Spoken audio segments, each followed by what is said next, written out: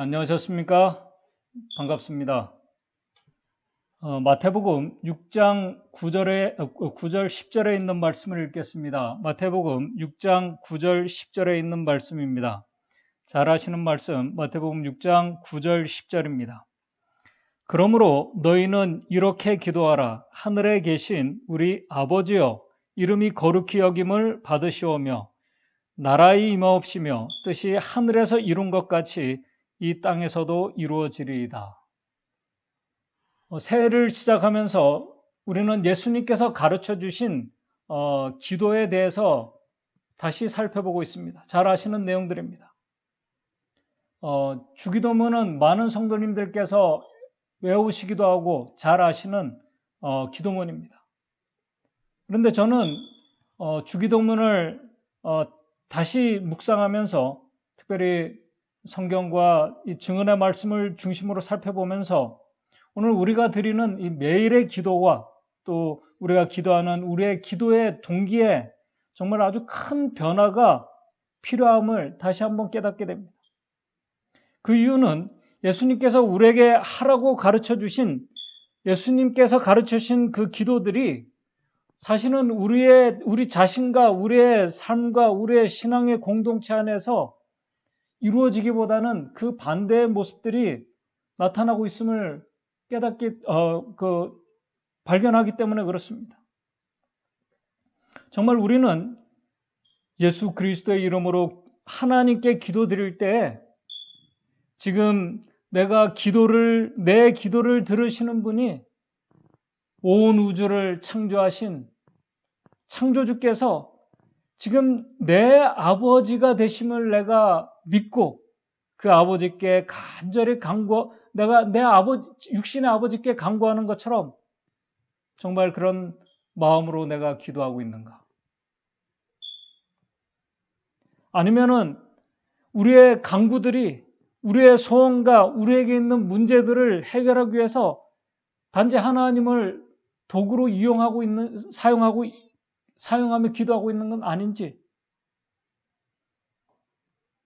또 우리를 창조해 주시고 구원해 주신 그 하늘 아버지의 이름이 거룩히 여김을 받도록 우리의 기도 제목들이 그런 기도 제목들로 이루어져 있는지, 그분의 이름의 영광을 돌리기 위해서 기도하고 있지 못함을 제 자신의 모습을 보면서 깨닫게 됩니다.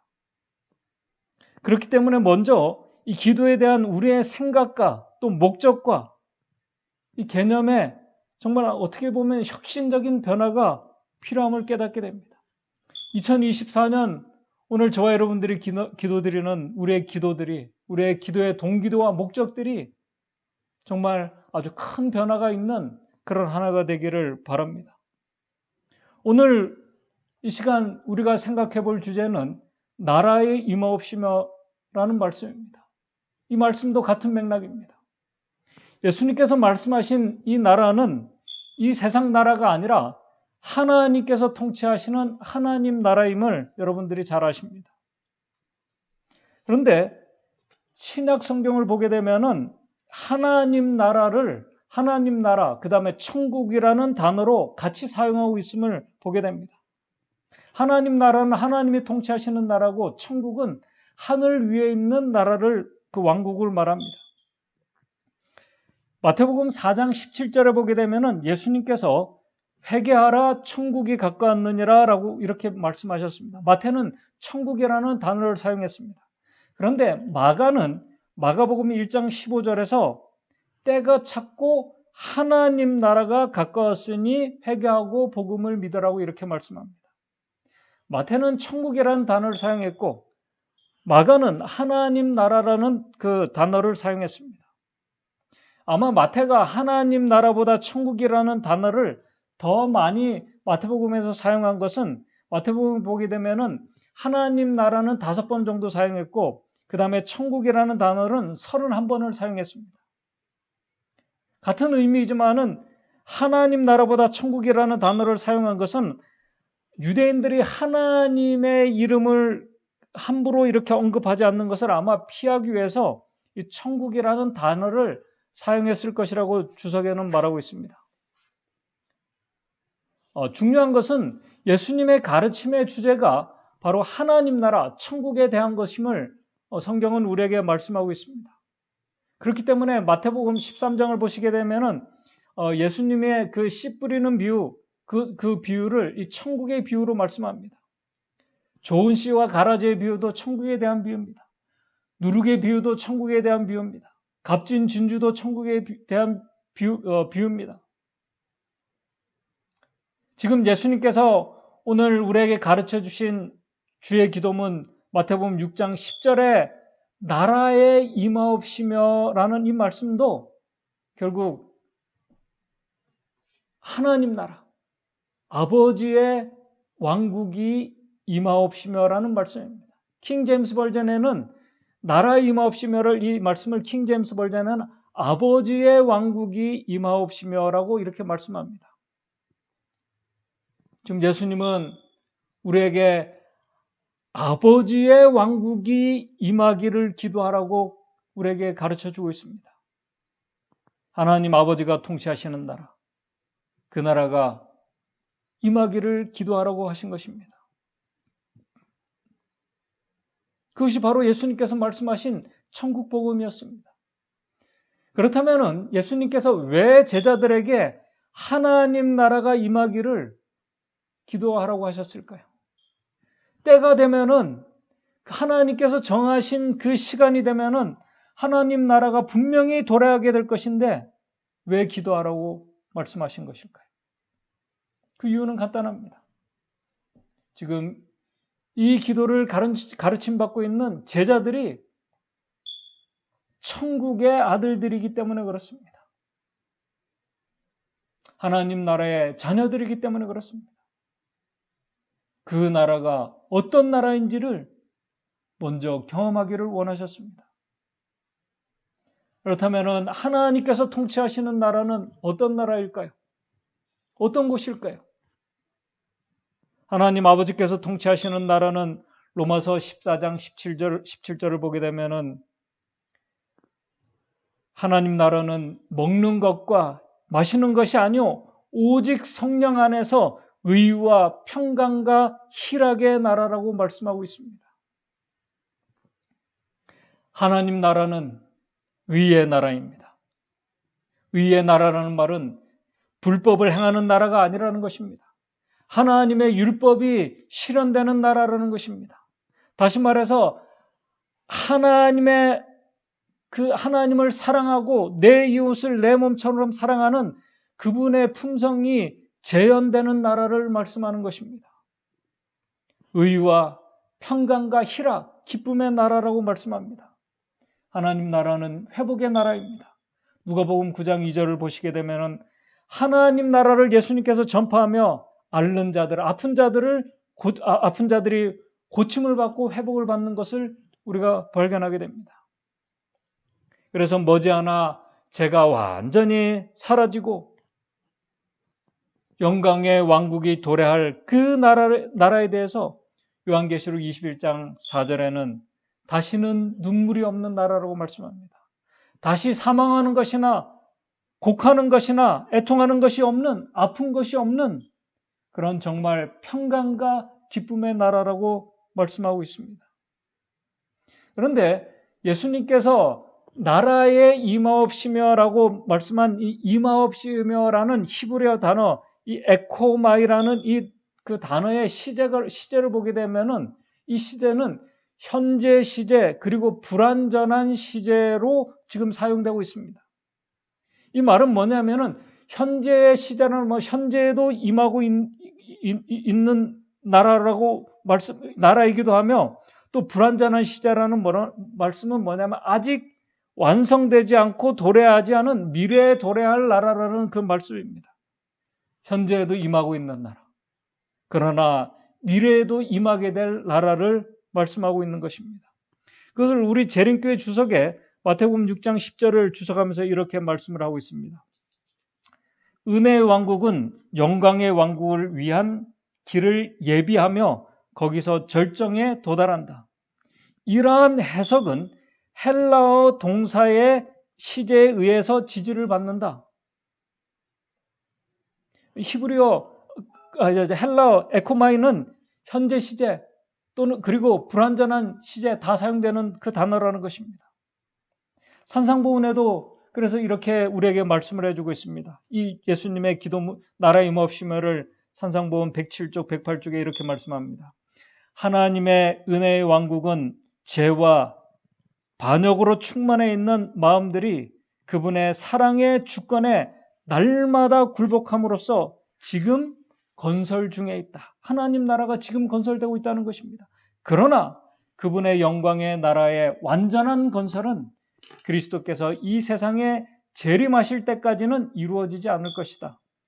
나라와 권세와 온 천하 열국의 위세가 지극히 높으신 자의 성민에게 붙임바 될 것이다. 그들이 창세로부터 그들을 위하여 예비된 나라를 상속하게 될 것이다. 그리고 그리스도께서 당신의 위대한 권능을 가지고 다스리게 될 것이다 라고 이렇게 말씀을 하고 있습니다. 재림교회 주석은 마태복음 4장 17절을 천국이 가까웠다라고 말씀하는 이 말씀을 주석하면서 이렇게 말합니다. 천국은 예수님 철임 때 수립되었다. 예수님께서 오셔서 이미 이 천국이 도래되었다는 것입니다. 예수가 왕이었으며 그를 믿는 자들이 백성이 되었다. 그 나라의 영토는 백성들의 마음과 삶이었다. 예수가 증거한 기별은 하나님의 은혜의 왕국을 가리키는 것이 분명하다. 그러나 예수가 친히 분명하게 밝혔듯이 이 은혜의 왕국은 영광의 왕국을 예비하기 위한 것이었다라고 이렇게 말하고 있습니다. 현재 은혜의 왕국을 경험하는 자들이 미래에 도래해야 할 영광의 나라에 들어갈 것이라고 말씀하고 있는 것입니다. 은혜의 왕국도 하나님 아버지께서 통치하시는 나라입니다. 그러나 영광의 나라는 주님께서 재림하실 때 분명히 이 세상에 임하게 될 것입니다. 그렇다면 오늘 이 시간 중요한 것은 은혜의 왕국이 지금 임하고 있는 이 은혜의 왕국이 오늘 우리들의 마음과 오늘 우리들의 가정에서 그리고 우리의 교회에서 임하기를 우리가 기도하고 있는가? 여기에 대해서 오늘 제가 좀 더 생각해 보고자 합니다. 만약 우리가 하나님 나라가 우리의 마음과 오늘 저와 여러분들의 마음과 우리의 가정과 오늘 우리의 교회에 임하기를 우리가 기도하고 있다면 또 하나님께서 통치하시는 그분의 나라가 우리의 마음에 임하고 있다면 분명히 우리의 마음과 우리의 가정과 우리의 교회 안에는 평강과 기쁨으로 가득 차게 될 것입니다. 오늘 그 나라가 우리에게 임하고 있다면 우리 안에 불법을 행하는 일들이 중지될 것입니다. 여기서 말하는 불법이라는 것은 어떤 세상적인 법을 말하는 거짓말하고 도둑질하고 살인하는 그런 것만이 말씀하는 것이 아님을 여러분들 잘 아십니다. 율법에는 형제를 미워하고 증오하는 것, 그것도 율법을 범하는 것이라고 말씀합니다. 용서하지 못하는 일들이 우리 안에서 일어나고 있는 것, 하나님의 법을 어기고 있는 것이라고 말씀합니다. 형제를 미워하고 용서하지 못하고 받아주지 못하고 여러분들 잘 아시지 않습니까? 미워하는 마음에는 결코 평강과 기쁨이 없습니다. 참된 몸과 회복이 일어날 수가 없습니다. 우리의 몸과 마음의 참된 회복, 하나님과의 관계에서 회복, 우리 안에서 일어난다면은 그 나라가 임한다면은 성도들 간에 또 가족들 간의 관계의 회복도 분명히 일어나게 됩니다. 우리 안에 하나님과의 온전한 회복이 일어난다면은 성도들 간의 회복이 일어나고 있다는 이 말은 하나님과 성도들 간의 소통이 원활하게 이루어지고 있다는 말입니다. 여러분들 그렇지 않습니까? 우리가 아무리 힘들고 고통스러운 일을 경험해도 하나님과 온전한 소통을 우리가 하고 있다면은 그런 자들은 바울과 실라가 그 어두운 그 차디찬 감옥 안에서 기쁨과 평강 가운데 있었던 것처럼 우리도 고통 중에 시련 중에도 우리가 그런 경험을 할 수 있습니다. 왜요?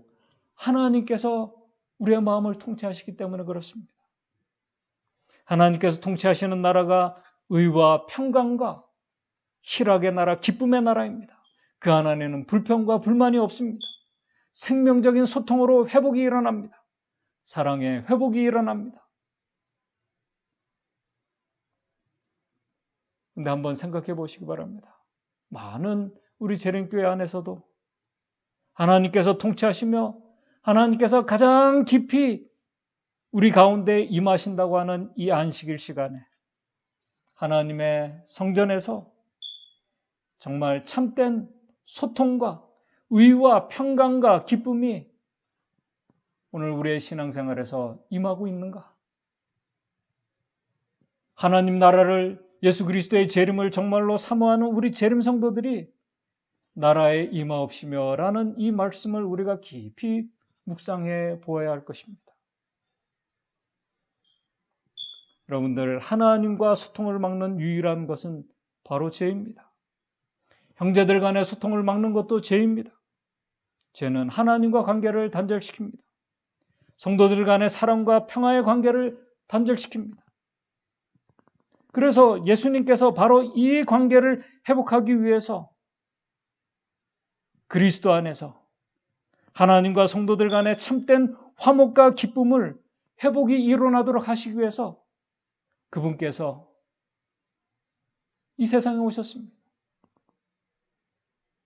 그리고 그리스도 안에서 모든 것을 이룰 수 있도록 그분의 그 희생의 대가로 모든 것을 다 이루어 놓으셨습니다. 그리스도 안에서 살아가는 것이 은혜의 나라임을 말씀하고 있습니다. 초대교회 모습이 그랬습니다. 핍박과 시련 중에도 성도들 안에, 교회 안에 성령께서 임하셨을 때 그들이 십자가 앞에 나와서 회개하며 하나님과 화목을 경험하는 자들이 성도들 간에 사도행전 2장 45절에 날마다 마음을 같이하여 성전에서 모이기를 힘쓰며 집에서 떡을 떼며 기쁨과 순전한 마음으로 그들이 교제했음을 말씀하고 있습니다. 소통이 일어났습니다. 하나님께서 통치하시면 언어가 불통이 되어도 소통하게 되게 됩니다. 언어의 불통이 소통으로 변했습니다. 그것이 방언의 기적이었습니다. 다른 언어를 가진 자들이 방언을 하며 소통이 일어났습니다. 오늘 우리가 나라의 임하옵시며 라고 이 말씀으로 기도하는 것은 오늘 우리의 가정과 우리의 교회 안에서 이런 회복의 소통이 의와 평강과 기쁨이 온전한 사랑을 우리가 경험하게 해달라고 기도하는 말씀입니다. 하나님과 소통이 일어나지 않는 나라는 하나님 나라가 아닙니다. 하나님과 소통이 일어나고 성도들 간에 온전한 소통이 일어나는 나라가 하나님 나라입니다. 소통이 일어나지 않는 나라를 바벨이라고 말합니다. 바벨탑이 그것을 말해주고 있습니다. 소통이 일어나지 않을 때 불평과 불만이, 나눔이 일어나게 됩니다. 의와 기쁨이 아니라 불평과 불만과 분리가 일어나게 됩니다. 오늘 우리는 하나님 나라가 우리의 마음과 가정과 교회에 임하기를 우리가 간절히 우리가 기도하고 계십니까? 올 한 해 하나님 나라가 우리 안에 임하기를 기도하게 되시기를 바랍니다. 그래서 우리의 마음과 가정에서 교회 안에서 참된 기쁨과 평강을 우리가 같이 경험하게 되기를 바랍니다.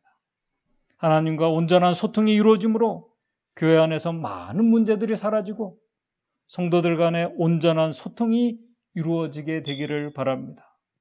하나님께서 통치하시는 나라가 임하는 그런 기적이 우리 안에 꼭 일어나게 되기를 바랍니다.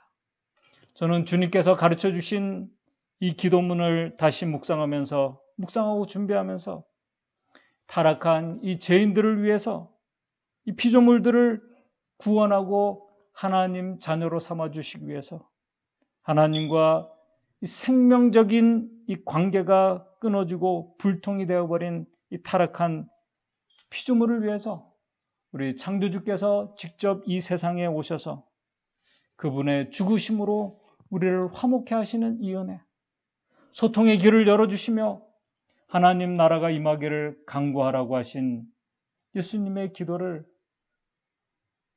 오늘 우리가 깊이 묵상해 보아야 할 것이라고 생각합니다.